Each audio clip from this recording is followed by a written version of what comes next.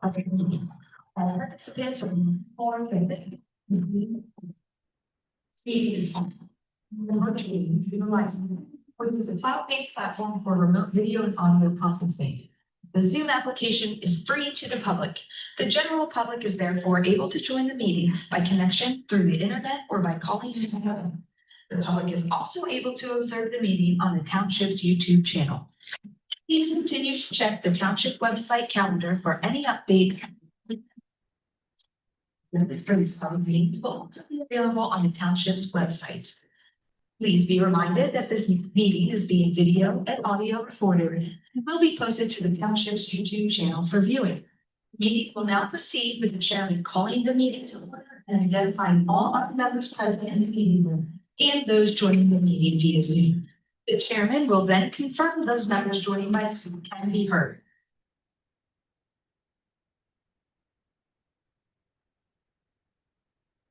September meeting of the East Lampeter Sewer and Stormwater Authorities meeting.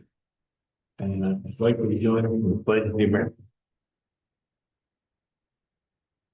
Pledge allegiance to the flag of the United States and to the republic for which it stands, one nation, indivisible, with liberty.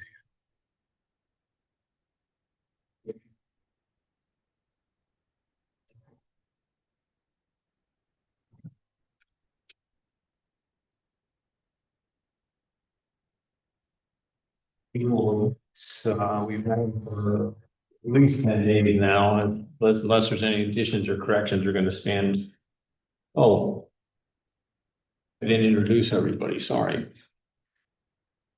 Members are Todd Stump, myself, Rick Robinson, Fred Clark, and Vinnie Patel. Representing the township is Charlie Thomas and Tara Hitchens. Is Matt Stici from HRG, and we also have some representatives from Kettle and Fire. All right. We have nobody on Zoom, so we don't have to worry about their they don't want to hear us. Okay, again now, the minutes, if there's no additions or corrections, we're going to stand as they are written. Treasurer's report. For the sewer authority, Rick, we have checks that need written in the amount of $1,815.50. And as of the end of all, we have a checking account balance of $5,029.91. Now being transferred.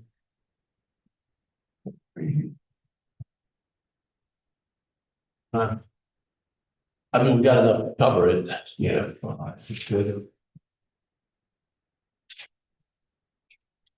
Okay,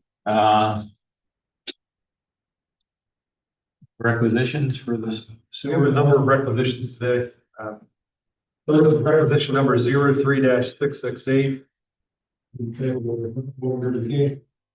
For project call related to the development of sewer, the Strasburg Pipe and Sewer Extension Project, the Global Geotechnical Information Project, the Oaks Pump Station Illumination Design, and the South Road Pump Station Wall Lighting Project. Total amount of that is $21,759.03. Next is requisition number 03-669. Requisition for payable to City of Lancaster for the wastewater treatment plant special emergency capital improvements. Amendment number 3, which is deposit 9 in the amount of $37,325. Next is requisition number 03-670. This is payable to City of Lancaster for the wastewater treatment plant belt filter press rebuild Mayor replacement. It's the amendment for the work required. The cost of this is $25,381. Next is requisition number 03-671. This again is payable to the City of Lancaster for the wastewater treatment facilities plan. The event associated with that project. One round, seniors.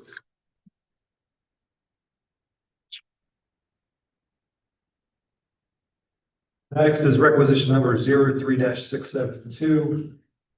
This is payable to City of Lancaster for the wastewater treatment plant coordination facilities improvement design method number 3 in the amount of $12,691.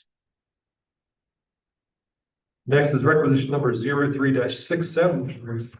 Again, payable to City of Lancaster for the wastewater treatment plant South Train Screenings Handling Improvement Project, amendment number 1 that is needed as it relates to the application of fluid dynamics and channel modification design in the amount of $11,347.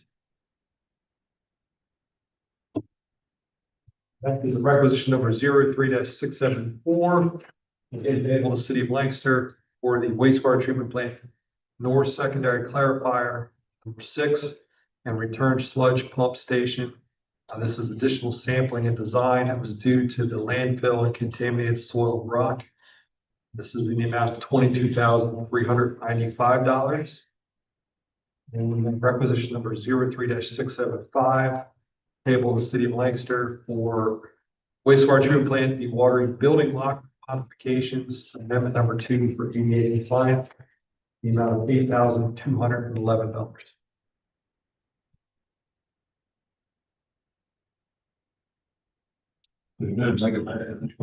Should we pay the bills and requisitions For the sewer. for the sewer? I'll second. Favor say aye.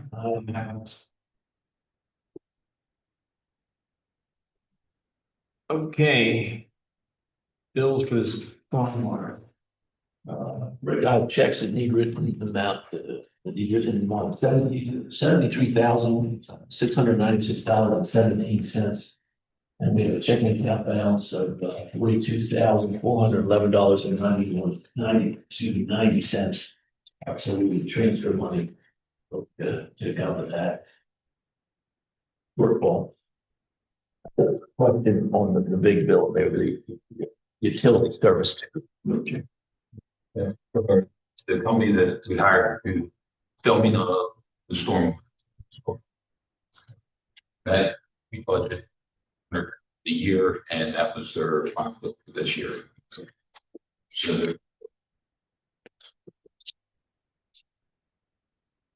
How long would that be every year for how many years you're thinking? we were just guesstimating in 5 to 6 years. 5 to 6 years? Yeah, I think we're in year 4 now. We were estimating 10 years.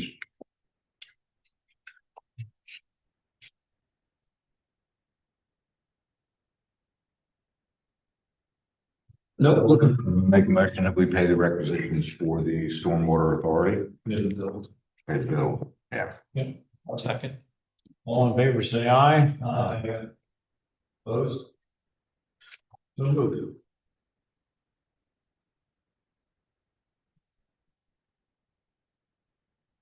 Old business. Now for run up. The only other report there, last item that's needed is receipt of the trim spare impellers back from the pump manufacturer order. So that's the final item that's needed, and that project will be complete once those are received. Any idea when they're coming? I do not have a schedule for that.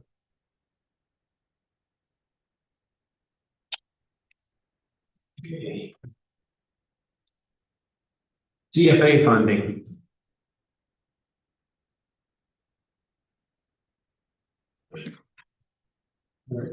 Pump station 2, we've provided preliminary design drawings to township staff for their review last week, and also identified the proposed easements that will be needed to require to construct the project.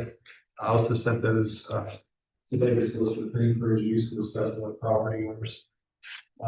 To assist with that, the township staff reached out to the Oaks Condominium Association UFOA. Gave me the property manager information, and I sent them information, an email on the project and the need for an easement across a small portion of their property. We can hear that, but the hope is, the folks on the HOA board said they have a meeting next week, and that they would be able to present that information. At least for that property, and then Solicitor Green would reach out to us. We've also kicked off the HOP application and hope to have that submitted for PennDOT here within a week or two. And we're also working on finalizing the application for obstruction encroachment permit that's needed with DEP submitted this month as well. Base ponds discussion with township staff last week, looking ahead. The projected schedule for the project will be advertising for bids in November of this year, receiving bids in hoping to December. Before we award the project conditioned upon receipt of agreements, bonds, insurance certificates. That's taking place in December, January. Overall, the project we're looking having a substantial completion to be completed right now, tentatively August 14th. Final completion August 28th, and then that gives about a month of leeway there should anything arise before the CFA deadline of September 28th, when all funds need to be in. Then the authority can submit for reimbursement of project funds prior to the end of the year.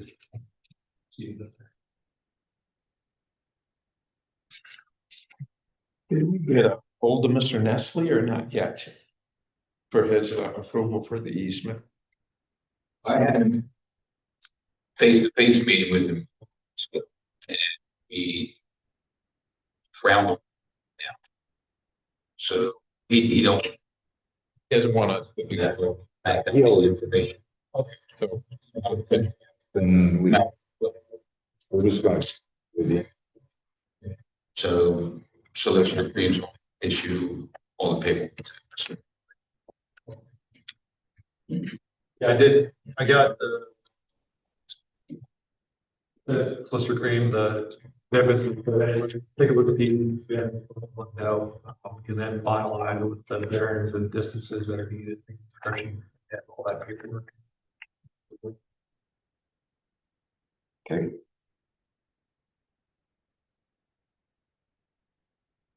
Okay, Stafford Run Pump Station Wet Well Lining Project.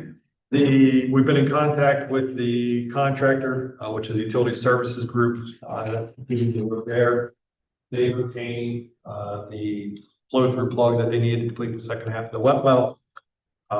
Based upon their work schedule, they're scheduled now to come in between September 29th and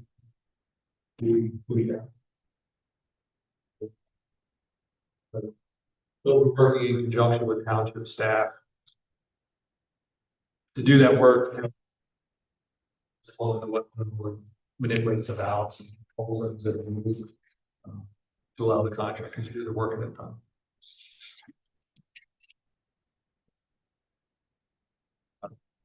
The only other thing I wanted to bring up regarding CFA, the authority recalls there was probably a list of 5 or 6 projects that we submitted initially to CFA looking for funding. We didn't get funding to complete all those projects. So the boards picked the projects they want included, which was the open pump station 2 elimination, the wet well lining, and then the lining, the gravity sewer lining that was already completed. There were a couple other projects on that list, and wanted to see if the authority, before we submit for reimbursement of the CFA, we can go back to CFA and request a revised project list to eliminate those that you're not performing at this time. So that gives you the opportunity, should funding become available in future again, you can go back and apply for those. If we don't do that, And we just asked for funding reimbursement now. CFA would prohibit those projects from being funded again in the future. Because they were. So if the board desires, we can initiate that process with CFA to submit a revised modification. These are the projects we're actually proceeding forward and moving forward with. And gives you the ability to. Seems like a no-brainer, don't it, huh? Okay. Yeah. Just direction, yep.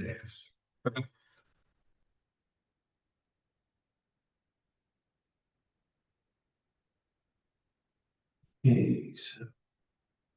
Strasburg Pike project. Big project, we revised the alignment of the sewer main off the portion which is having the trip on the portion of the project close to Mill Stream Road. And we're going to relocate that pipe out behind the guide rail and culvert, because otherwise we end up in Vegas replacing the culvert. Isn't desirable to be completed, but that necessitates the need for a few additional easements. So we are updating the drawings to show that, and we are then we're going to be resubmitting the highway occupancy permit here within a week. That depends on showing the revised alignment and how we're going to be handling that car. We're also then going to get those proposed easements that are needed for the project. This list of agreement for issues there as well. We anticipate that there's 6 easements that are going to be needed. And I think probably a discussion with property owners for the eminent domain process. Some are in conjunction of permanent and temporary easements, others are just temporary easements. One of those is one of the easements is needed is for the township on the Florida Park property, and I said been in contact with staff through the park there, so they're considering that. That's where we have. We did receive from our geotech consultants their report for the crossing of the Mill Creek stream. That was information that we needed to be able to commit to move for the large up and encouragement permit needed for stream crossing. So now we have that, we're finalizing that permit application, going to make that application here this month for that stream. That project there, discussion with staff is going to have the exact same schedule as the Oaks Pump Station 2 project we're looking at right now. You're still on schedule for the November bid.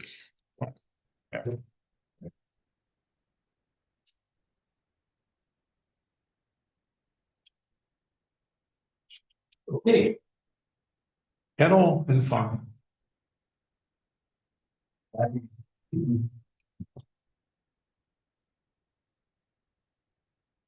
What do we need to know? Where you're at. Yes, well, thank you. What I wanted to talk about, so first I wanted to thank you for bringing to our attention other issues. So, and just to let you guys know, we take it all serious, right? So the same effort we're doing with our wastewater and consumption and all the measures we're taking to be in compliance, we are doing the same with the storm drains. So just to give you an update, we had a great conversation on his name, Charles Hayes, who is the stormwater coordinator, yesterday for about an hour. We were outside the facility, and great observations, great recommendations, but ultimately where I want you guys to know is where we are immediately. So there was oil and grease that spilled into the storm drains. And the root cause of that was there was a failure in our sensors of our rendering tanks. And these were physical sensors. What the corrective action was immediate was we switched out all those sensors to infrared. So now they can't get clogged up. They read perfectly, and we can capture everything inside of the facility. So that's one. Two, we immediately reached out to JG Environmental, and we are cleaning all the drains in our area and as well as the asphalt, ours and all the way through probably our neighbor, to make sure, because when you have trucks, they, pick up the oil and they carry it through. So we want to make sure we're taking care of that. So that was the immediate fix. The intermediate is how do we capture any grease or oil, right? So in the building, that big spill has been corrected. However, we do have rendered bones from our process that when they get picked up, there is some oil and grease that do drip from the trailer. So how do we resolve that? We ordered pig absorbents, and we're basically closing out our area. So wherever the truck backs up, we make sure we capture it all. That's one. And then two, we're adding oil drum, which is basically it absorbs all of the oil. Now it's constant monitoring from our side, right? And it's constant. It's just being vigilant from our end. But listen, we want to be partners here, and we want to make sure we're taking care of the environment. So now what we owe you guys is our long-term fix, which will take some engineering. But we are going to revamp the way our pickup area is. Basically, when our trucks come, enclose the area and then drive any oil or water into a controller, so it never reaches even close to the storm drains. Yeah, so there's an immediate, an intermediate, and then there's a long term. So we do owe you that. So, and we are taking care of all the cleanup, et cetera. Again, we thank you for bringing it to our attention. We want to be collaborative here. We want to get ahead of it. So I think it was a great meeting for us. But we will be a better facility and better partner going forward. And just to kind of hit the point also, our plant director, Mark Ledger, and our senior director of R&D, Edwin Cortez. I think the more of us that understand how serious this is, and I want you guys to know how serious we take it. It's a conversation we have daily in our facility now, and we're addressing it every issue. We appreciate that. Yeah, I mean, some background to this or one. Yeah, so there was an inspection done by our engineer on some of the catch basins, some of the sediment traps, stuff, ponds, basins, dry basins around the facility to get closeout with the Lancaster County Conservation District. And it was discovered this oil grease spill throughout the parking lot. They found some inlet, followed where the pipe went. It went to a basin, water retention, and it was black. So this got reported to the Conservation District right away. County Fire was notified. And actually, that was discovered yesterday. So this is into the storm sewer. They're still working the sanitary side of it. So has this been something going on since the beginning, or is it just a bad load, a bad truck? So one incident that caused the major damage, which is what I explained about the failed sensor. Yeah. And but in finding that out, we also kind of just investigated just our process overall, right? And is there any other area where we're releasing grease down to the asphalt? And that's where we found our rendered bones do cause. It's a small amount, but it doesn't matter. Yeah. Our plan is to capture everything, so it doesn't even reach anywhere close. And then we're always doing a cleanup and making sure. But our long-term fix is so it doesn't even hit the asphalt. So, yeah. But that's a longer process with some engineering that. Would be the sanitary authority getting hit. Yeah, it's size. We're becoming experts. In good way. You want a job? What does it pay? It pays weekly. Oh, Sanitary fix going and stuff. it's going great. If you want a little context, I can, Edwin, if you want to look them up.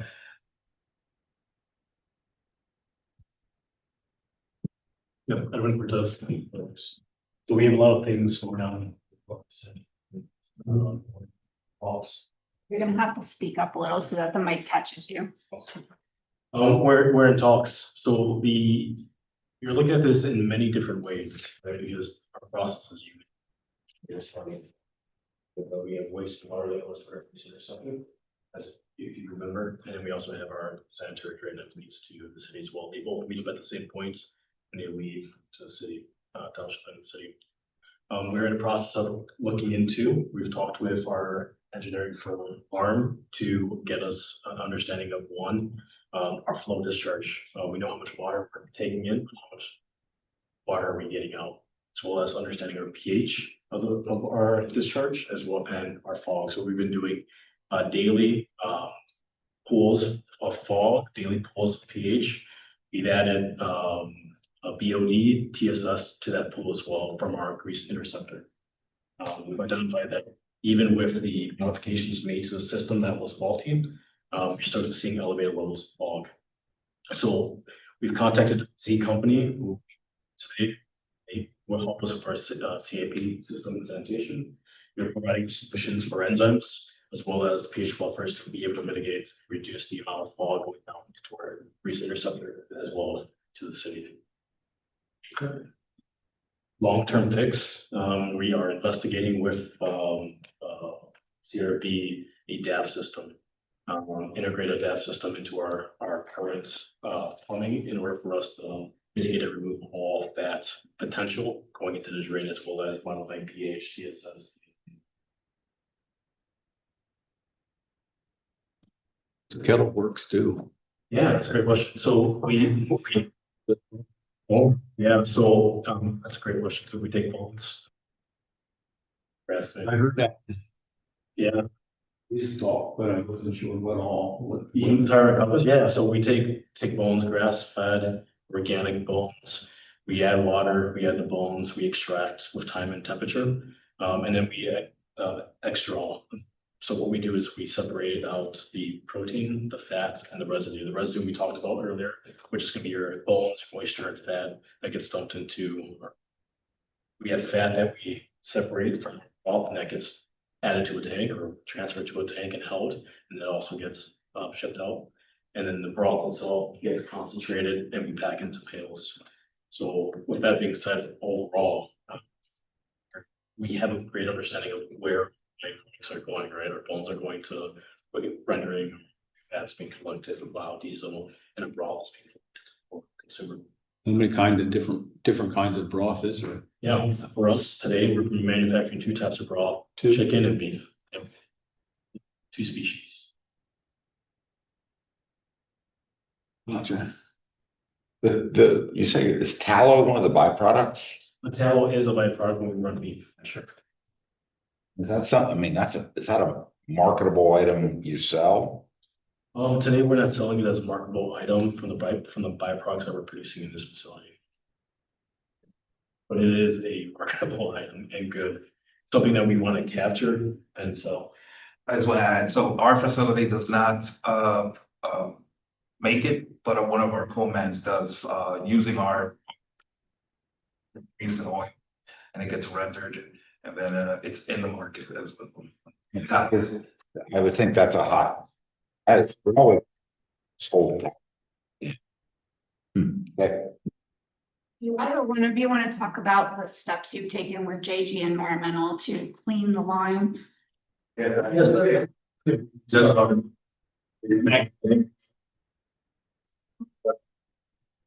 Director of Operations at Kettle Works. Yeah, initially, just to hit back to that storm, we did have change to that leak initially at the end of July to do an initial cleaning portion. I think they went all the way down to that receptacle. But they'll be coming back and do a more thorough job. And that was right before your visit, actually, almost a week right before the visit there in the first part of August. But with J&G, we have now increased our cleaning of our grease interceptor almost on a bi-weekly schedule. So we reduced the amount of fats going down through. But in order to ensure that the line was cleaned, we did a jetting of the inside of our facility first, cleaning of the grease interceptor. And then towards the end of August, 2 or 3 day project to jet the lines all the way down to the pumping station on Piney Road. And then they went in and cleaned the wet well at the station.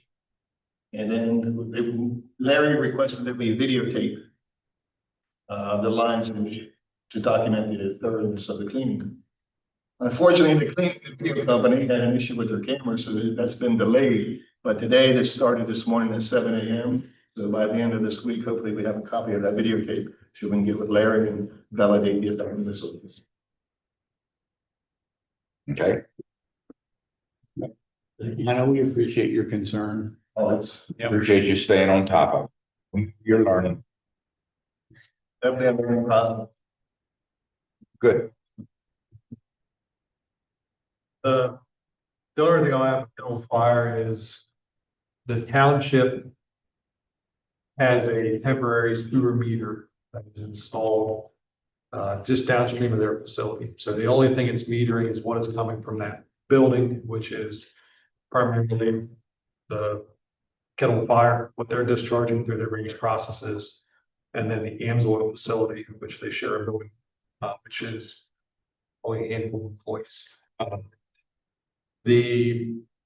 We've been monitoring that meter and we've seen some inconsistencies being reported in the data. We're actually having negative level numbers at times, and been in discussion with the meter manufacturer to understand, what may be causing that. And what they've determined is the velocity of the water that is coming out of that sewer system is impacting the sensor and causing readings. So they believe that a different style of meter would be necessary for the long-term metering of that facility. So I know from a, long-term billing aspect from the township's perspective, determining how that is going to be needed, and then also as well, perhaps part of the city, or that's going to be issued for that facility if they're metering as well. With the long-term improvements that they're making, that may be also something that we have to be incorporated as a flow meter to understand what's actually being discharged for those purposes. But yeah, I think the meter that's in there now, because the issue we're seeing, it could bring into question about the reliability of it. But we do have a flow meter of the entire basin that's downstream of that at the Stoughton pump station that we can look at historic flows and say, historically, what are we averaging on a per day basis? Now with that facility production, what are we seeing there? Just to try to get information. So we do have meter, the stuff, reading all the flow, but that's everything. Removal center, everything else. what type of flow meter did you install? The couch has is an area velocity meter. Yeah. It was just calibrated too. So it's been through calibration. Range, what it can actually read. They do, right? Exceeding that range? They're getting velocities that are 70 feet per second, going through that meter.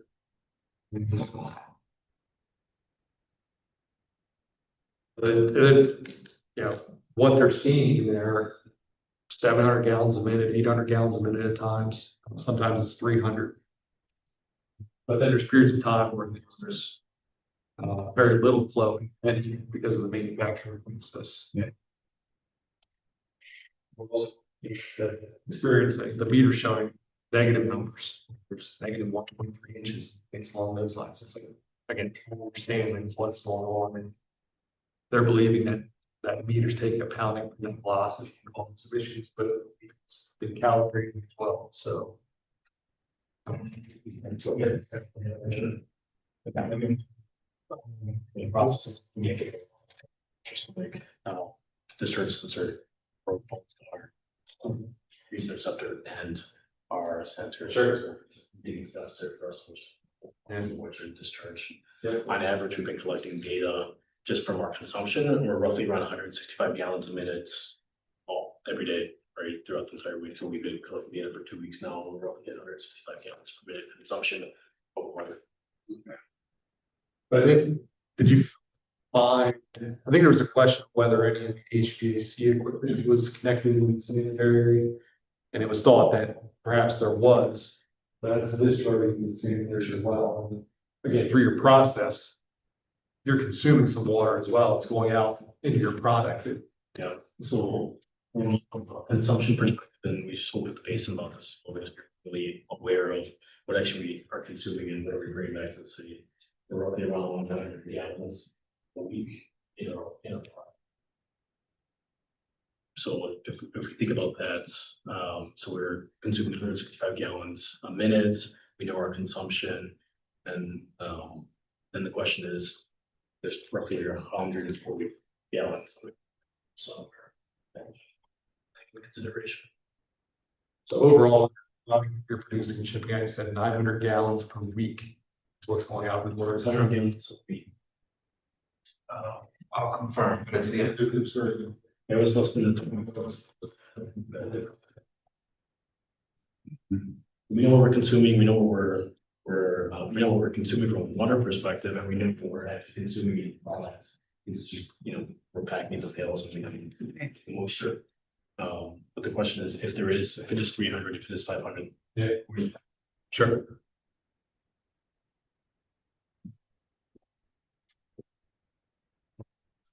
It's low.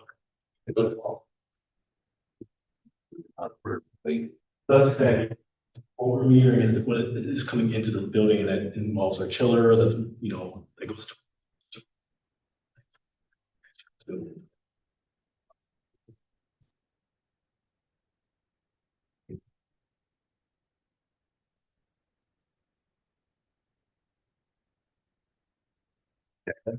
Thanks.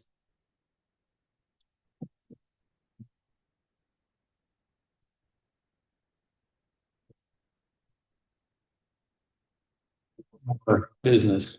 Well, There's one item under old stormwater. DEP finally approved our pollution reduction plan. So we have a pre-construction meeting ready in mid-October to move forward with the Flory Park 93 Strasburg Pike project. That's a stream bank restoration along there. Also takes into account the ELSA facility at Flory Park and to protect that line. That's along the creek, the tributary that leads to Mill Creek. You cut the banks down and make them flatter. That's how you hope to hold the vegetation on it. Yes. There's some armoring that may happen along the one side where the cut continues to happen, but other than that, yes. Remember, that was a project where we did the design and paid for the design, and then LCCD will do the construction work with an Exelon grant. And this was the one where we had the odd payment to Chester County Conservation District, because Lancaster County Conservation District is doing the project. They had to have another county review it. Discussion about Mill Creek and some of these the dams that are being removed, and like Cattail Dam. Discussed, is that a reality, and is that going to affect your budget someday? Possibly someday. We did have a discussion with DEP, multiple facets of DEP, and whether or not we could remove the dams along the creek. We talked about from Gibbons Park. We had F&M come in and they volunteered to do a study of that dam, the dam at Dutch Wonderland, the dam at Flory Park, and found the Eshelman Dam, which is near Lancaster Mennonite. So DEP is requiring us, the township, to move forward with a cost benefit study to determine whether the dam removal should start at Gibbons or should start at Flory, and what the benefits would be in either direction. And then we would also need to look at the dredging behind each of those dams and how much soil we would take out to determine how much of a credit we could get through the MS4 program. Building the dam at Gibbons will be difficult, to say the least. The dam existed prior to the Amtrak bridge that's on top of the dam. But we would have to involve Amtrak. Not sure if the footers for the bridge on Amtrak tied into the backside of the Oh, dam. yeah. It's gonna take an act of God. To make to reach the dam, instead of remove, just reach it. It's still so. Yeah. Well, I heard discussion about the one further up, the cattail one that was next further up. And is that like out of the realm of the project scope or? That would be out of our scope. Well, you said, I mean, and you're deciding whether you would start downstream and work up or whether you would. Start upstream and work down. Yeah, start upstream and work down or go the other way. So DEP charged us with doing that study and determining which one has Yeah, but doesn't Dutch Wonderland use that? no. They came to us and asked what would be needed to remove it. Really? Okay. Yes. It's They don't use any of that. It's basically big blocks. It's a physical concrete structure. Yeah. Fred, you're right. They used to use it for the one ride. Yeah, That that's right. they no longer use it for that. Once they created the prehistoric park back there, they no longer use that ride. Yeah, they used to have a paddle boat or something out there. Yeah. The Lady Gay. Yeah. Okay, You're dating yourself, right? I am an old man.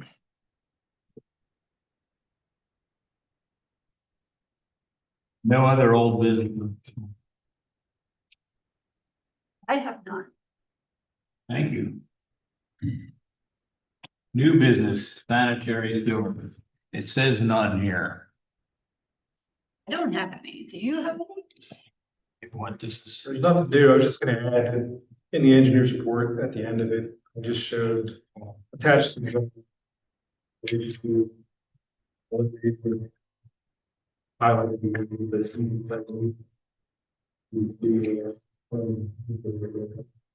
They bore it that long with ductile iron through there. They push it through. Yeah, it would be an auger boring, so you have a boring pit on one side, receipt on the other.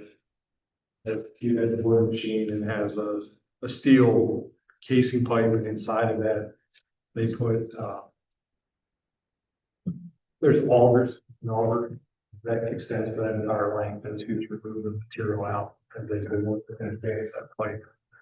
And then, from that, after that, casing pipes is, they pull out each plug auger, you then left an open pipe, that you can then push your, fire pipe through that.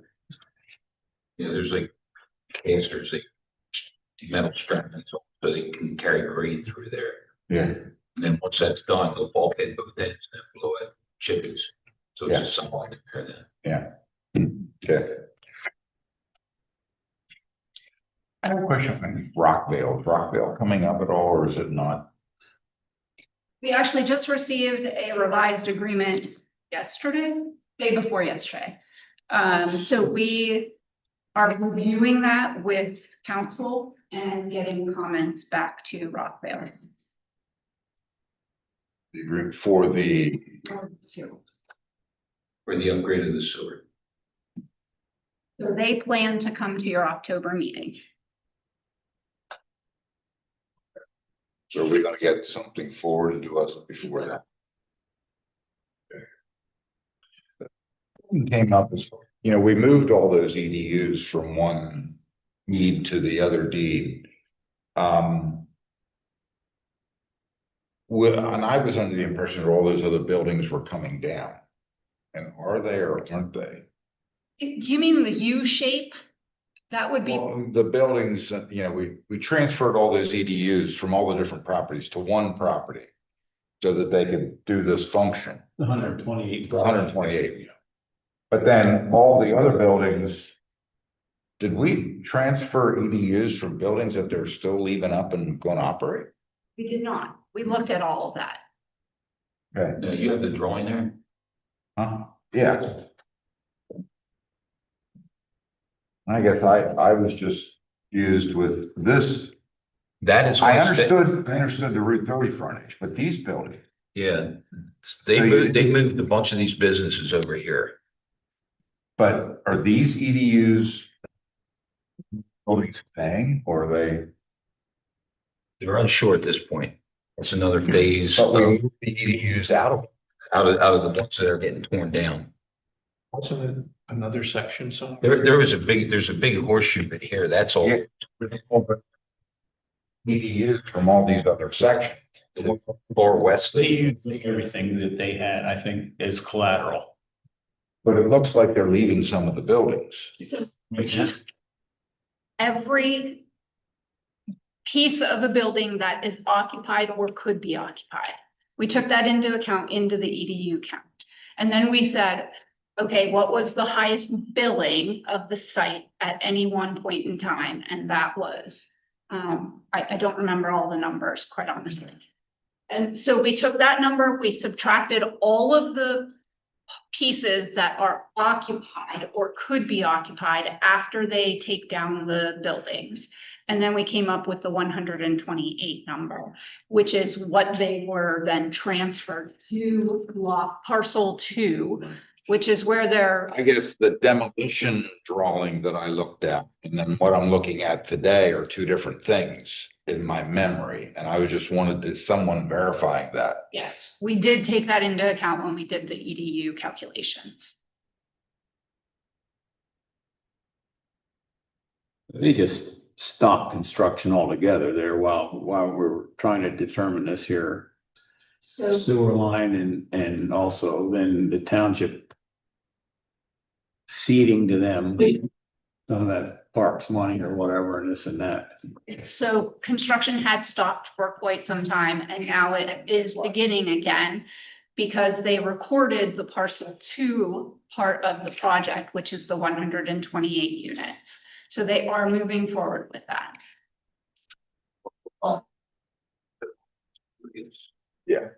How long? Parcel 2 is just, Pardon? parcel 2 is just these 4 buildings on the side, and then this is all parcel 5. This has been demolished. Yeah. They're taking this down now. I think they did. Yeah. There was EDUs from over here that were used to make this work. And those buildings are still Parcel 4. looking up.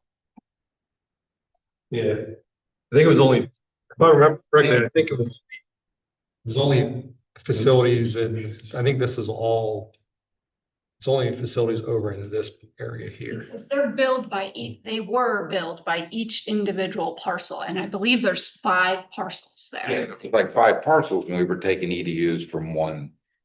And I just didn't realize there was going to be that many buildings still standing. If, you know, even after this parcel 2 and parcel 5 are done. How long? Well, they need to apply for parcel 5. Pardon? They're gonna need to apply for parcel 5. How long? Oh, they don't have enough EDUs for parcel 5. They just have enough for parcel 2. That's what I'm trying to ask, though, how long before the sewer line are upgraded? I mean, they can't move forward till. Can they do parcel 5 and still be within the limits of that main line? No, I mean, the only thing that was previously discussed was The community. the community center allowing that to move forward. But anything else within parcel 5, the line needs to be upgraded first. There's an upgrade of the parcel 2 then.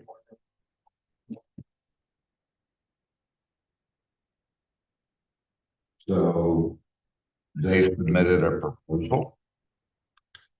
So if you recall, we reviewed an agreement quite a while ago from them. However, since then, the authority had authorized the study that HRG conducted and found the need for the upgrades. The prior agreement had in there that, you know, they would reimburse for the study or they would conduct the study. It was old and it needed to be upgraded to where we stand today, knowing what needs to have increased pipe sizes, knowing that the study is completed, and knowing that the authority has said, this is not on your dime. That's the main point for me. So Charlie and I just got that on Monday, and so from your solicitor, so we are in the process of reviewing a first glimpse of it. But you will have something to review for your October meeting. What are they coming to our meeting for? The agreement. I thought they were bypassing us and going to the market. I thought they were avoiding us and just going. They can't, that's what they feel, they can't. Supervisors conditionally approved lot 5 or parcel 5, subject to the developer coming to agreement with the authority. Understand, yeah.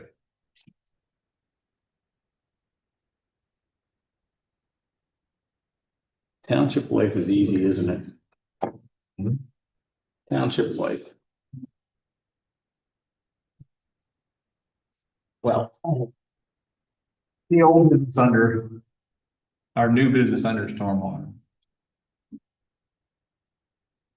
Any other business? Yes, one item. I know we don't usually get this. A few months ago, you had Scott Shearer from PFM here and talked about bringing him back at your September meeting. Township staff sat down with Matt Sitchie. We reviewed the last partners meeting. We reviewed the city projects. We reviewed where your construction fund is at this point. It looks like you'll need $2.5 million between now and February of next year. You have a current fund of about $5 million. So we asked Scott to hold off. If the authority feels differently, by all means, tell us and we'll have him at your October meeting. You know, I just think those dates are. So, yeah, that doesn't surprise me at all. We'll see at the next partners meeting how much is pushed further and whether or not we can push Scott's visit further or not. The big driving factor for a lot of these projects is the city is going to Penvest to apply for funding for their portion of the projects. And Penvest only considers funding generally once a quarter. So they have application deadlines that you need to submit. Penvest funding. It was hoping to try to target getting their information in October for consideration at a January meeting. But in order to do that, they need to obtain all their necessary permits from DEP and other entities. And we'll find out where they stand with that and see again if they're going to meet that October deadline for consideration. Holding it. For the next submission that. January for consideration. Yeah, so, Yeah, we don't need Scott Shearer. we're, yeah, we can find shape.